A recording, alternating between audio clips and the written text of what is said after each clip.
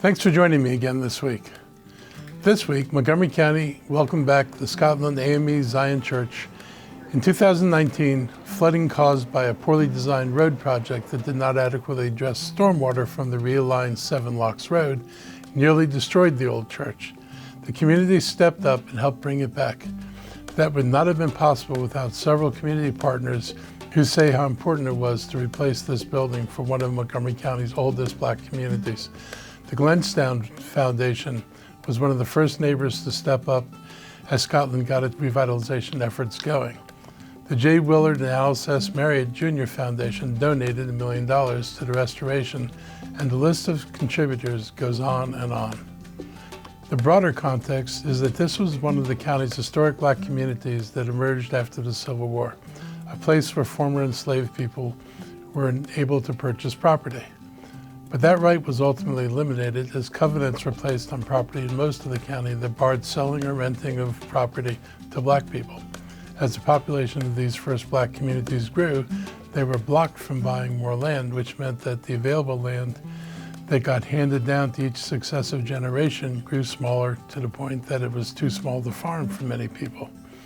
This ban on property holding meant that the Black population shrunk as many people had to leave the county in order to find jobs elsewhere and places to live.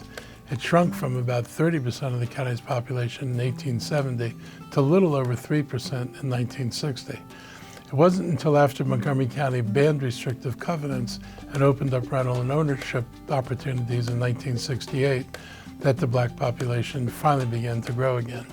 The Scotland community is a fraction of its former size as families lost control over the land over time. This church is at the heart of Scotland, and it's been a rock for the families who've stayed in the area, and we have an obligation to help restore it.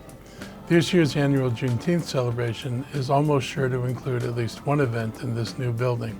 I'm glad that county was able to play a role in restoring the building and protecting it from similar flash flooding in the future by placing it on higher ground than the old church.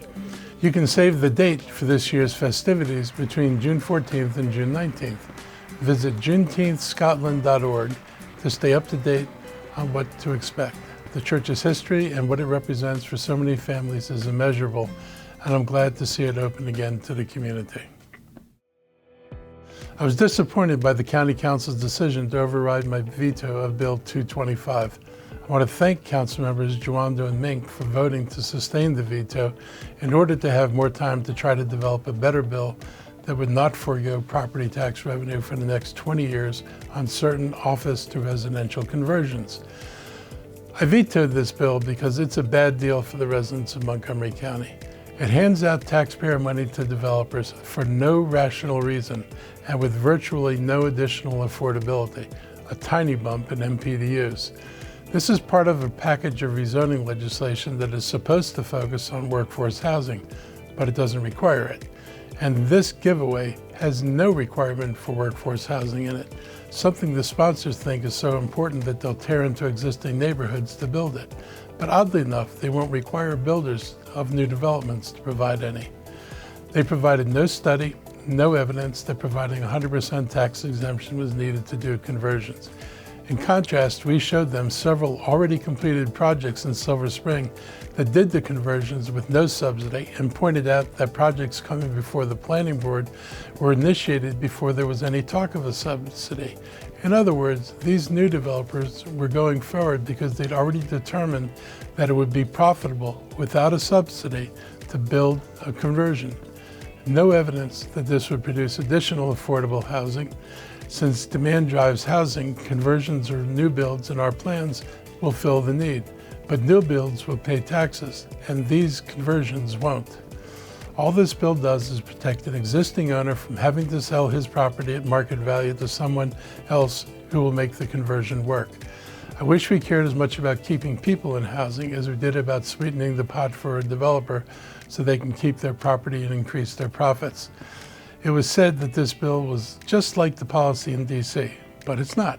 In DC, there's discretion for which projects get the tax abatement, and it's limited to certain areas of the city. Here, property taxes are 100% eliminated for 20 years. There's no discretion about whether or not the project needs help and no effort to add meaningful affordability to it. In short, the county gets shortchanged. The burden on residents is increased. Select property owners get to keep their properties and increase their incomes, while the county forgoes tax revenues for 20 years. There's no evidence this is needed, but there's actual evidence on the ground, as in existing buildings, that show it isn't needed. I'm disappointed in the council action, and I have certainly heard from many residents who feel similarly. While the council may have the right to override, and they get the votes, and they did in this case, it doesn't make what they did right. My job is to look out for the long-term health of this county, and I'm going to keep doing that. Money spent on this could be better spent addressing problems that this county is facing. During my State of the County speech last week, President Donald Trump came up a few times. It was inevitable, really. After the decisions of his first 100 days have led to cataclysmic change to our local workforce, and he launched an assault on science, how can you not talk about it? I didn't enjoy the first Trump administration. I served 2 years during that. And this one seems to be even worse. The tariff rollout has been a disaster. The scaling back of government has been haphazard, with some employees having to be rehired immediately after being fired. Clearly, no thought or planning was put down into strategic downsizing or making things run more efficiently. There isn't a county or city in this nation that has not felt the impacts of this chaos, but we have and will continue to feel the worst of it, certainly more than most. Montgomery County has experienced more job losses due to these firings of the federal workers in the first 100 days than all job losses combined over the previous 2 years. And most of the job cuts are with HHS and NIH. Anywhere you go in the world, NIH is thought of as a crown jewel of healthcare research institutions. I believe the real target in these cuts was the information gathered by scientific studies that deliver answers, which lead to regulations. Businesses don't want to be accountable or regulated as a result of scientific findings that would naturally trigger regulations. So if they can block the discovery of root causes for problems, they prevent regulation, making those corporations more profitable, but also responsible for more deaths. The public is starting to notice. Polls analyzing President Trump's first 100 days in office show the lowest approval ratings at this point in any presidency in the modern era. The only silver lining that can come from all this is that it's prompted a reawakening of civic action. I've been an activist for decades, from the anti-war demonstrations at the University of Maryland campus to fighting renters' rights in Tacoma Park. I know that actions speak louder than words. We have to use this anger and frustration over the Trump and Elon Musk-led DOGE efforts to spark change. One thing that we'll continue to repeat is that these job and department reductions are also a war on science and regulations. And that's why I had Tim Whitehouse from PEER, which is Public Employees for Environmental Responsibility, on my weekly media briefing this week. Since its founding, PEER has provided free legal defense for whistleblowers, empowered anonymous activists, and fought for higher environmental ethics and scientific integrity inside government agencies. One example we're seeing that directly affects Montgomery County is NOAA, the National Oceanic Atmospheric Administration, which is located in Silver Spring. Their probationary employees have been fired, rehired, fired again, and given a retroactive firing date, which means they were fired before they're actually fired. And as a consequence, many of them have been paying for health insurance but don't have health insurance. Many of them live in Montgomery County. They've undergone surgeries. They've incurred significant costs. And the Department of Commerce, which runs NOAA, is refusing to provide them with that health insurance. And at the same time, the Trump administration is trying to kill the administrative processes that would allow these employees to get their health insurance back. Last week, I wrote the council and withdrew my original proposal for a 3.5-cent property tax increase. Instead, I recommended that we raise the income tax rate from 3.2 to 3.3%. I coupled that proposal with an increase in the working family's income supplement and a $60 increase in the property tax credit. The supplemental helps our poorest workers and their families, and the tax credit helps property owners, especially those on fixed incomes. I made this change because it wasn't an option in March when I proposed the property tax increase. The income tax was capped then, and property taxes were the only option, though we did put in tax credits that would have buffered the effect on March 14th.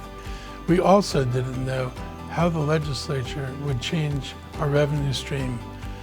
In the end, the legislature raised the cap from 3.2 to 3.3 on income taxes, and it is a more progressive way to raise revenues than property taxes. As people here often remind us, just because your home value goes up doesn't mean your income does too. I know some council members don't want to support any tax increases, but we're in a period of real uncertainty. We're seeing layoffs in NIH, cuts in federal support, increased pressure on services we provide, everything from education to emergency food assistance to rent. Now it's not the time to pull back. It would be dangerous to reduce services when residents need them the most, and it's risky to our long-term financial stability. You've heard me say that many times, as well as in the last week during our State of the County address. Montgomery County has a very reasonable tax rate, lower than many neighboring jurisdictions, and we have to expect that Trump's tax cuts will help those with higher income earners, and Trump's policies and decisions in declining federal support will hurt the poor, the working class and the middle class. This plan tries to strike the right balance to keep the county budget secure and our services intact for the rough road ahead, while helping us best ensure that we maintain our AAA bond rating. It helps us prepare for the future. You can read the most recent memos I sent to the council on the budget on montgomerycountymd.gov/exec. On Monday, we held our 50th annual Public Safety Awards. It's not something we've been able to do in the last few years. It was the first time since the pandemic that it's been a live event, and it was nice to revisit the idea of bringing the public together, along with our public safety teams, to honor some of the best examples of heroism and selflessness in our county over the last year. You can watch the ceremony in the live section of our Facebook and our YouTube pages. I want to thank our partner, Montgomery County Chamber of Commerce. They helped us to honor the outstanding work within the Sheriff's Office, MCPD, MCFRS, Park Police, and the Department of Correction and Rehabilitation.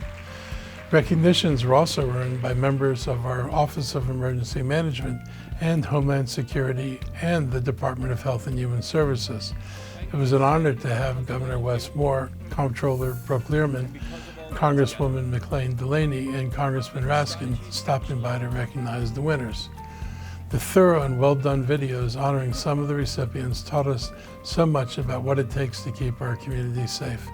We all know that these jobs are challenging, but they're also a calling, and that much is asked of public servants. Honoring them when they go above and beyond for our community is the right thing to do. Last weekend, we had an example of how quick action by police officers helped avert a disaster. It happened when a driver ignored a closed road sign at Frederick Road and Redland Roads. The truck continued down the closed road, forcing an officer to jump out of the way. The truck turned again and was headed right for a group of runners getting ready for a race. Another officer quickly reacted. He took his police car and blocked the moving truck and was able to stop it before he reached the runners. No one was injured. These are the kind of split-second decisions that we expect our public safety teams to make on a routine basis. At a moment's notice, their bravery may be needed to protect the community and keep disaster at bay. I'm proud of the work done throughout this county to keep the public safe. On Wednesday, I put on my favorite denim jacket and my denim jeans to help support Denim Day. This is not a celebration of denim.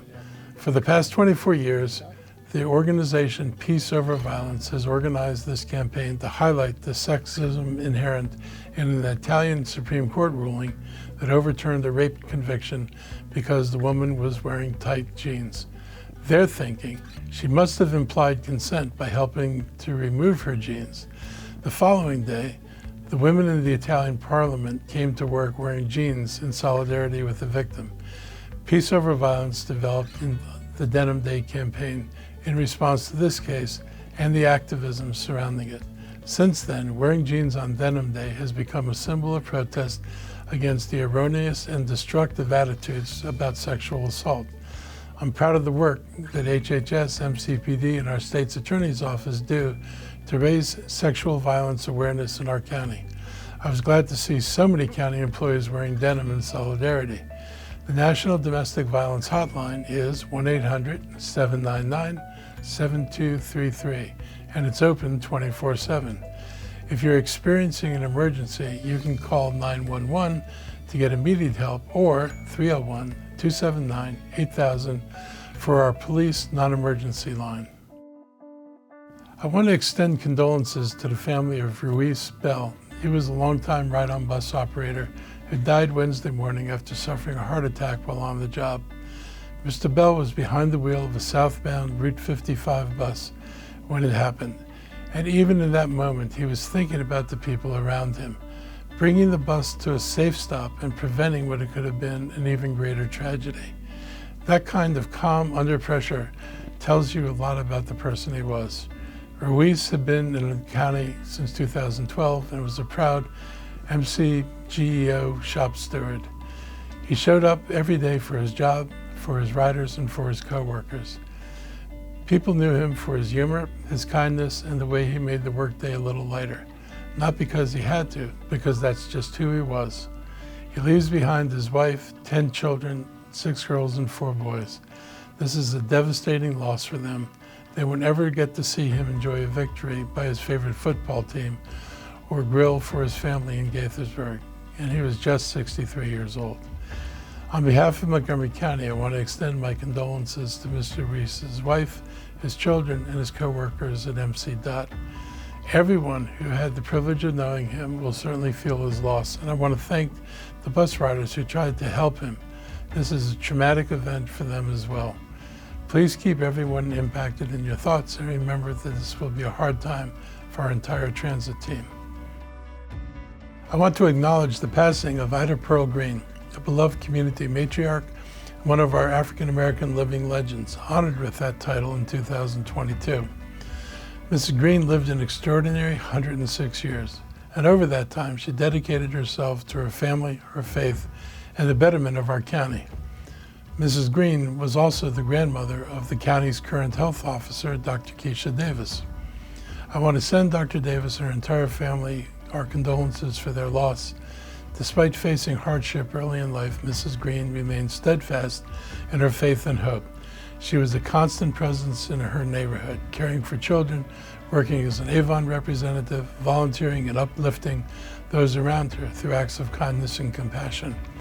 We are grateful for her unwavering commitment to others, and we honor the indelible impact she's made on Montgomery County. That's a wrap for today. I hope you're all hanging in there and hoping for the best. I hope you all have a great weekend, and I'll be back again next week. Take care.